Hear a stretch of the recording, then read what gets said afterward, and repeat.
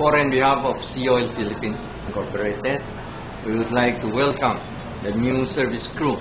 Magandang araw. Ituturo namin sa inyo kung paano gamitin ang hose sa pagtubig ng PUJs. Pero bago nun, iisa-isahin muna natin ang mga parte nito. Ito ang nozzle. Ito naman ang handle.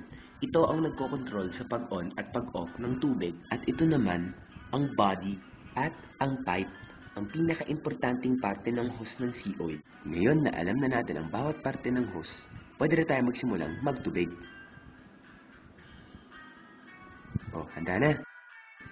Pagkatapos kunin ng hose, bubuksan na natin ang hood ng jeep. Kalisin muna ang dalawang lock, tapos iangat ang hood ng jeep. Pagkaangat ng hood ng jeep, kunin ang hose at ipasok ang nozzle sa radiator. Simula ng tubigan at antayin lumamig ang radiator. Tapos, patayin na ang nozzle. Tapos, unti-unti nang i-close ang hood. Isarado uli ang hood na maigi at i-lock ng maayos.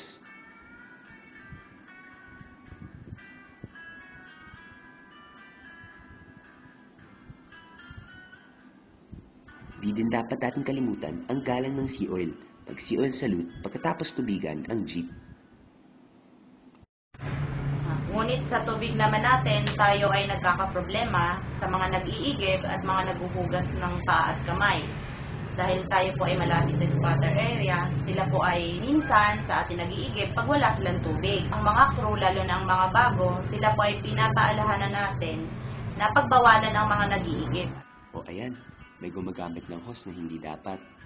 Dito sa Sea Oil, kailangan natin itupad ang ating mga pangako sa paggamit ng ating tubig. At kaya kailangan natin paalamin sa kanila na hindi dapat inaabuso ito.